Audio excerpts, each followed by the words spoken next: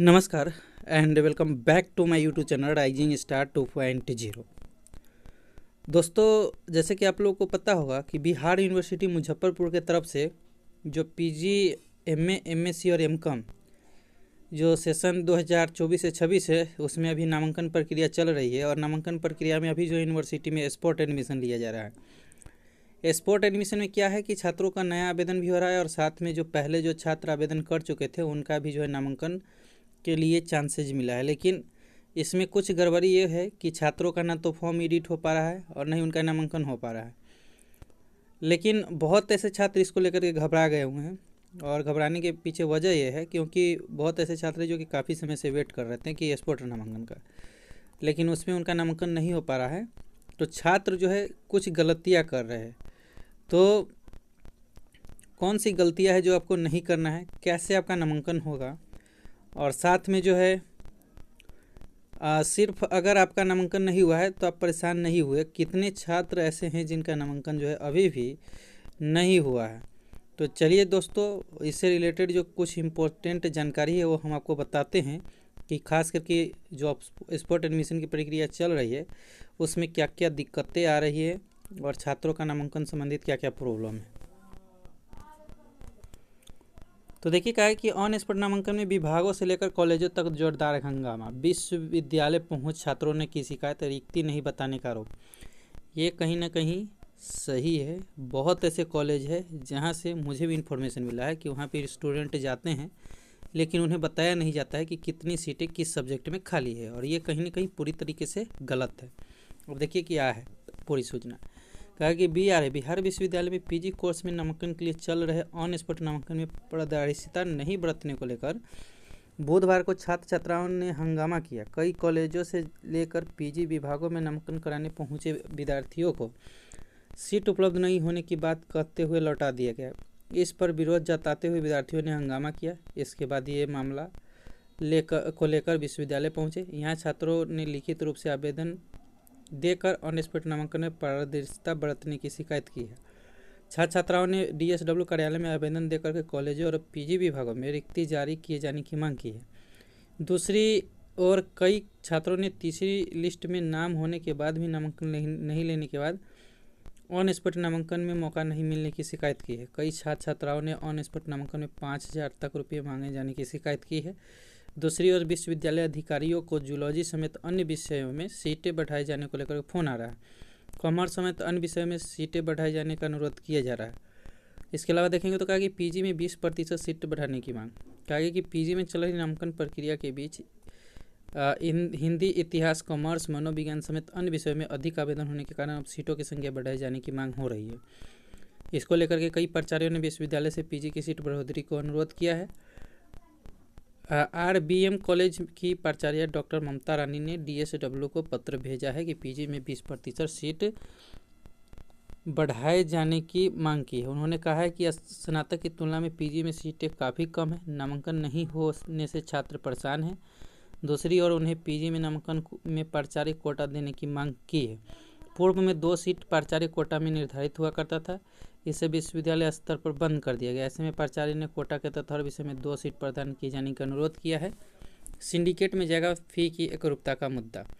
कहा कि विश्वविद्यालय के पीजी कोर्स में एक समान फीस व्यवस्था को लागू करने और पीजी के विभिन्न विषयों में सीटों को रेशनलाइजेशन समेत अन्य मुद्दों पर सिंडिकेट में बैठक रखा जाएगा।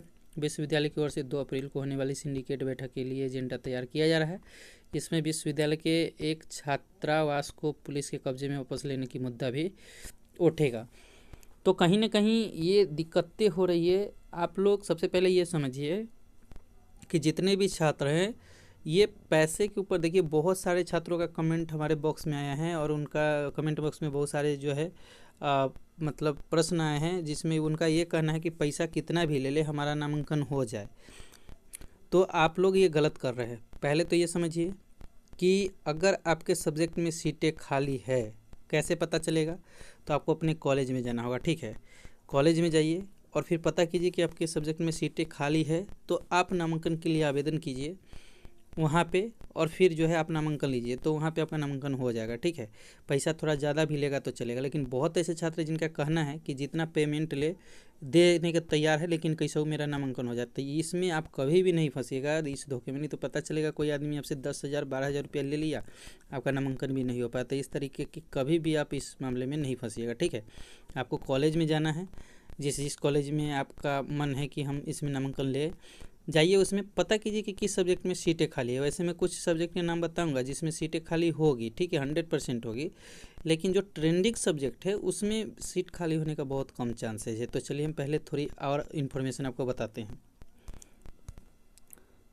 तो देखिए, इसमें कम से कम आप देखेंगे तो यहाँ पे पर्शियन, मैथिली, बंगला, भोजपुरी, दर्शन शास्त्र, समाजशास्त्र, उर्दू में जो छात्र नामांकन के लिए अभी आवेदन करेंगे नया आवेदन, या पहले से जो छात्र फॉर्म भर चुके हैं, उनको फिर से एक बार आवेदन करना होगा इन सब्जेक्ट के लिए। और इस सब्जेक्ट में हमको लगता है कि सीटें अभी भी खाली है, आप इसके लिए नामांकन के लिए आवेदन कर सकते हैं, इसमें आपका नामांकन हो जाएगा। लेकिन बाकी सब्जेक्ट के लिए ये बहुत कम चांस है कि आपको नामांकन होगा। ठीक है, तो ये आप ध्यान रखिएगा। और इस सब्जेक्ट में क्या है कि कोई भी ऑनर्स के छात्र इसके लिए आवेदन कर सकते हैं और इसमें नामांकन जो है ले सकते हैं। पहले आपका डॉक्यूमेंट्स भी लिया जाएगा कॉलेज की तरफ से, अगर सीटें खाली होगी तो आवेदन के साथ सारा डॉक्यूमेंट्स लिया जाएगा। और 29 तारीख को फिर एक बार मेरिट लिस्ट प्रदर्शित की जाएगी और फिर उसी में आपका नामांकन जो है लिया जाएगा। ठीक है, तो ये आप ध्यान रखिएगा। तो इन सभी सब्जेक्ट के लिए अभी आप चाहे तो आवेदन कर सकते हैं, आपका नामांकन हो जाएगा। अब चलिए आगे थोड़ी बात को समझते हैं। अब जो छात्र कॉलेज जाएंगे वो ये सब डॉक्यूमेंट जरूर ले लीजिएगा। एक तो फॉर्म अप्लाई के साथ पार्ट 3 का मार्कशीट ले लीजिएगा, रजिस्ट्रेशन स्लिप ले लीजिएगा, CLC ले लीजिएगा। नहीं होगा CLC तो एडमिशन हो जाएगा। जाति प्रमाण पत्र चाहिए और आधार कार्ड चाहिए और पासपोर्ट साइज 2 फोटो आप ले करके कॉलेज में ज़रूर जाइएगा, ताकि आप जिस सब्जेक्ट में सीटें खाली हो उससे आवेदन करवा लें और साथ में सारा डॉक्यूमेंट अपना सबमिट कर दे। ठीक है, अब इसमें देखिए कहा गया है कि PG के सभी विषयों को मिलाकर 26,000 से अधिक आवेदन आया था। 8 से नामांकन के लिए प्रक्रिया शुरू हो सकती है। तो टोटल सीट है 11,000। ठीक है, और आवेदन आए हैं 26,000। तो सोच सकते हैं लगभग यानी कि 15-16 ऐसे हज़ार छात्र है जिनका नामांकन जो है नहीं हो पाएगा। समझ में आ रहा ना, लगभग जो है कहीं ना कहीं 26,000 है और 11,000 सीट ही है। तो समझ सकते हैं कि 26 में से अगर 11 आप हटाते हैं तो लगभग कहीं ना कहीं 15,000 ऐसे छात्र हैं जिनका नामांकन नहीं हो पाएगा। तो आपको बेचैन होने की ज़रूरत नहीं। तो अब आपका नामांकन होगा कहाँ से, सोच समझिए। तो पहले तो आप एक बार कॉलेज ज़रूर जाइएगा, पता कीजिएगा। कॉलेज अगर बताएगी कि सीटें खाली है उसी सब्जेक्ट से अगर आपका नामांकन होने वाला है तो आप जा करके कर लीजिएगा। ठीक है, लेकिन अगल बगल में किसी से आप जो है ये नहीं किसी व्यक्ति के मार्फत से, नहीं तो पता चलेगा आपका पेमेंट भी गया और नामांकन भी नहीं हो पाएगा, क्योंकि सीटें बहुत ही कम खाली है। नहीं भी बहुत ऐसे सब्जेक्ट है जिसमें सीटें खाली है। ठीक है,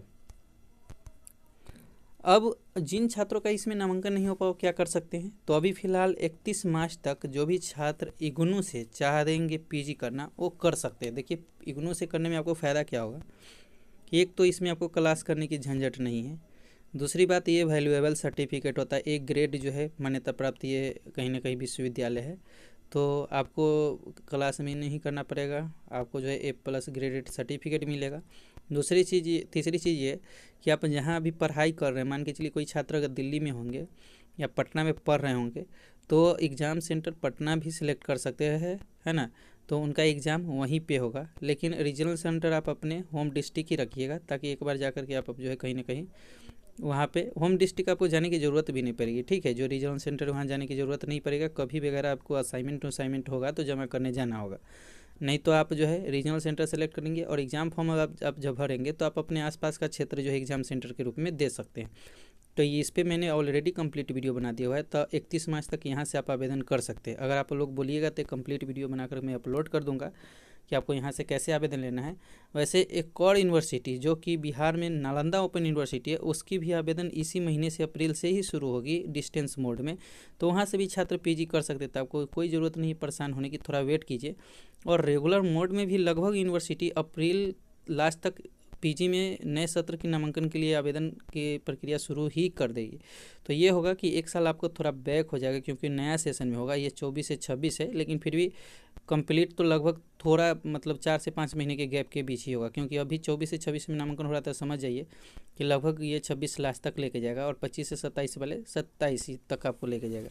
तो ये आप ध्यान रखिएगा। तो आप चाहे तो आप इन दोनों जगहों से नामांकन ले सकते हैं। अभी फिलहाल इग्नू से चल रहा है, लेकिन आप ज़्यादा पेमेंट दे करके आप ये नहीं लिखिए। और जो छात्र कमेंट में कर रहे हैं कि सर आप जो है पता कीजिए, तो देखिए हम सिर्फ इन्फॉर्मेशन कलेक्ट करते हैं। क्लियर इन्फॉर्मेशन आपको कॉलेज में जाकर ही पता मिलेगा, क्योंकि अगर आप इधर उधर की इन्फॉर्मेशन को देखते हैं तो बहुत सारी कन्फ्यूजन आपके मन में होगा और फिर आप परेशान हो जाएंगे। तो 15,000 ऐसे छात्र हैं जिनका नामांकन नहीं हो रहा है। तो आप ध्यान रखेंगे कि ऐसा नहीं कि सीट कहीं से नया आ जाएगा। सीट जो है उसी पे नामांकन होगा और जो सब्जेक्ट मैंने बोला है उसी पे नामांकन होगा।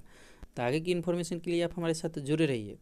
मिलते हैं अगले वीडियो में। जब तक के लिए जय हिंद, जय भारत।